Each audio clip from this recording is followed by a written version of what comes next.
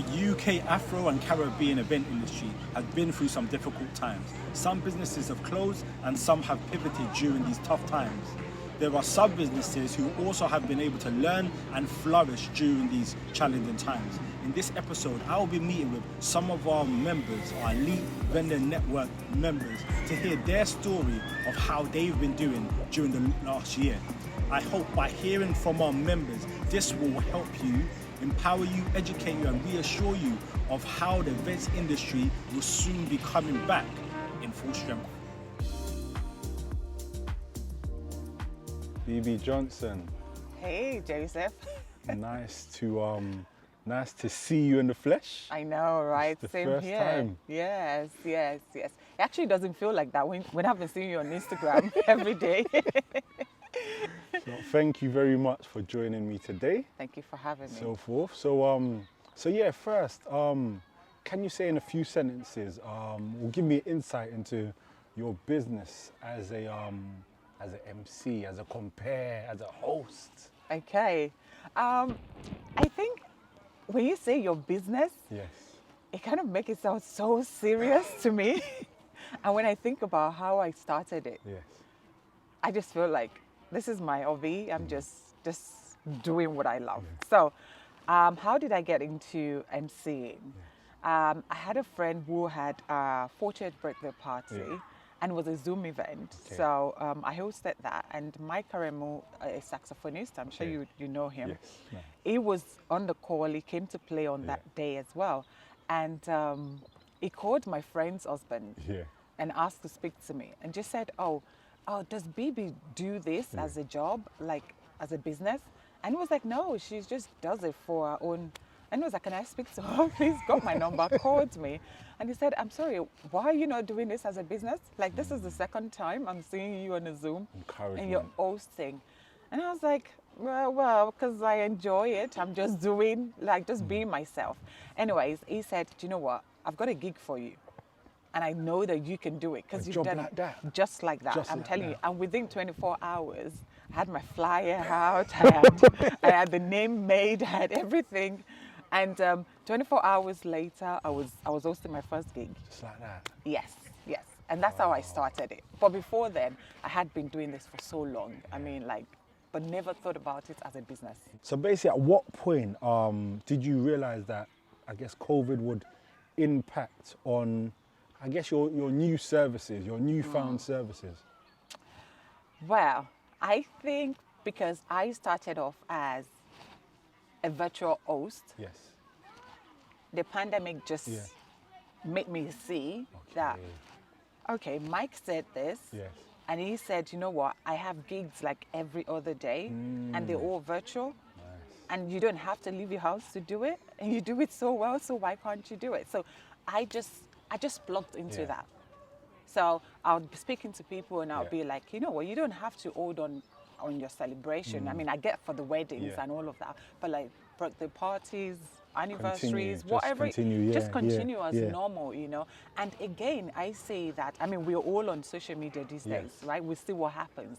I say that the amount of people I reach on social media, It's far more. it's far more than I would reach if we were meeting physically. So, and the same thing applies to your party. If you're having a party and it's virtual, you have more people from all over the world being present as opposed to when you have like a physical one. When, if you're like in the UK and you're having a party, people who are like in America or wherever, they find it difficult to come. You still get that experience. Yeah. And you probably, as you said, you It's get not the more. same, It's not the same, but you get, but- it's a different type of experience. But you know, as a lady, I think for me personally, so I don't like makeup. Okay. I do makeup, I don't like it. And anytime I need to go for an event and I have to make up, it's like, oh gosh, really? Do I have to do this again? Right, but it's like if you're not hosting the event and you're just coming to attend the party and you're attending it in your home, the fact that you don't have to worry about, I need to drive for an hour to get to the venue, Less I need pressure. to, you know, do you understand? Yeah. I mean, like, you don't, like where I come from, Nigeria originally, you have Ashoebi, like you have the uniform for the party. You and don't all have to get the You don't have to material. get the Well, material. You don't have to. well, But some some people are people- doing it, but again, well, they're just extreme. Let's just put it that way. But I think the virtual world just it makes it a lot easier for us to just continue with life and do what we need to do. So so what would you say has been the most difficult changes that you've had to make to your, I guess, to your business, because you've started off as virtual. So how do you think it's going to be in the physical? So I have been thinking about that Yes. actually. And then I keep saying to myself, it is actually the same. Yeah, It is me. Yeah. So what I do, fortunately for me, I am the MC. Yes.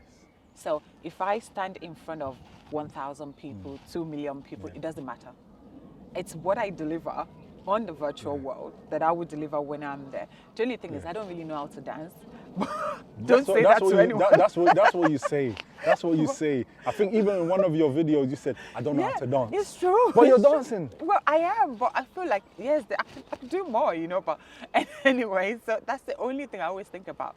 If I'm hosting a live event and I really need to dance, what am I going to do? I can dance, but there's many MCs that's their thing, and that's not necessarily my thing. Yes.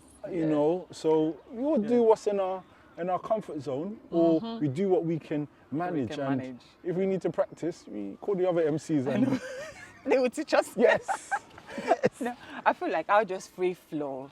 As long as you have rhythm. Yeah. That's what I think it really matters. yeah. If you have rhythm, doesn't really matter if you can dance that well. You know, Yeah. you can still move with the music and all of that. And it's basically just carrying the people along with you. So I feel like I'm just gonna be myself, do what I do normally, and just engage with people. So I'm blessed in a way that even my day job, I'm a risk manager Okay. by practice, like my day job. My day job actually requires me to present to people, to train, to teach. So I'm always talking in front of people, in front of senior people, leaders. So I don't really have that stage fright that people would have. You know, I just come in, do what I need to do. Transferred one skill To the other. To the other one. Exactly. It's the same with myself, to be fair. See, we have a lot in Same common. with myself. Same with myself. So how would you say it's affected you, the pandemic has affected you personally? Has it really affected me? I don't think so. It's probably in the heart because you go running war with your husband. Yes. I mean, You know? like I feel like there's just so much that's happened in the pandemic that I can say that, yes, this has really worked well. Yeah. I mean, bless God, we haven't lost anyone. We are okay, we are in good health. My children are fine, my husband is good. Amen. We've started to run, like we've been running for Together, the past I know. 2 months together every day, you know, and for me, it's really kind of enhanced our lives, if I'm being honest. So I can't really say that he has really affected us now. What do events look like in your mind? I think the event industry is going to change a lot. As much as we are going to be back to physical gathering, doing all that, people are still going to be interested in bringing in the virtual into their physical parties. So you have some countries now where people can gather, you can have a lot of people gathering there, and they still have like a Zoom on the side Like for people like who a can, big screen like a or big something, screen for people to plug in. So I feel like there'll be a lot of changes, but it's just more of how quickly we can adapt to the changes. And kind of like integrate it into what the new normal will look like for us. And how do you think you're going to adapt to that? Because now you'll have to address people online and address people physically as well. Yeah. So how do you think you'll manage with that? I think I will manage. I Yes. think it's not overthinking it. Yeah. So I don't really overthink things. I'm very spontaneous. I can just get up and do Even something. though you work in risk assessment. I am telling you, yes. And that's because I've been in risk for over 12 years now, and I've kind of mastered, I would say that I've mastered the act of looking ahead of time. Okay. So even though I am doing, like I'm speaking to you right now, Yeah. you don't have a clue what's going on in my head in terms of, okay, what the next hour is going to look like, what the next, and that's how I work. So Okay. for me, I feel like I will just adapt. Okay. You know, we don't give ourselves enough credit in terms of how quickly we can adapt to new environments, new situations, and all of that stuff. As long as the people you're working with are also open-minded and they are happy to try something different, I'll be fine. You see, and this is why your first booking. This is why he saw what you didn't see. You basically just explained it. I know. You basically explained what he saw. You know. So what do you think the wedding industry or the events industry will look like, I guess, toward the end of this year and at the beginning of the year, beginning of next year? I think towards the end of this year, we're going to see a whole rush of everyone trying to get their weddings out there quickly, get it done and all of that. And then next year, because as I mean, most people have been vaccinated now, we don't know whether it's going to work or not until we've gone out completely and we're all gathering together. If that works as planned, I feel like people probably might not even want to spend as much as they used to spend. Maybe not. Because they have saying that, actually, do you know what? Do I really need 1,000 people at my wedding? They might not spend a lot. They might not invite a lot of people, but they still want to have that experience. Oh, yes. That physical experience. So you might have, they'll still pay for the very expensive halls, they still pay for the very expensive decor and all of that. But they might just want to say, okay, do you know what? As opposed to having 500 people here, I'd rather have 250 and then get the other ones to join online if they want to, right? And give them that experience. But then again, I always say that nothing is set in stone because you will still have those people who will go all out. Yes. They will go all out regardless. So what are you looking forward to most after June 2021? I normally kind of think, for me, like June, July, that's when things will sort of get back to normal, but what are you looking forward to most about events that time? So personally, I'm looking forward to traveling. Yeah. Just travel first. Yes. When I get back, I'm looking forward to having, like physical parties. Just be at events. Let's just celebrate whatever it is, corporate, social, whatever it is. So I am looking forward to that, to be fair.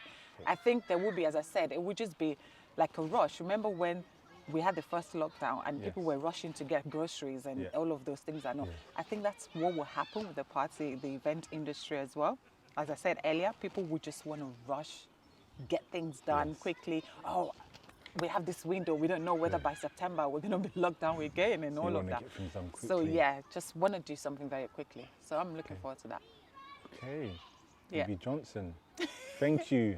Thank you. Thank you for being here today. Thank you for having me. Yes, thank you for having me. No problem. It's a pleasure. Thank you.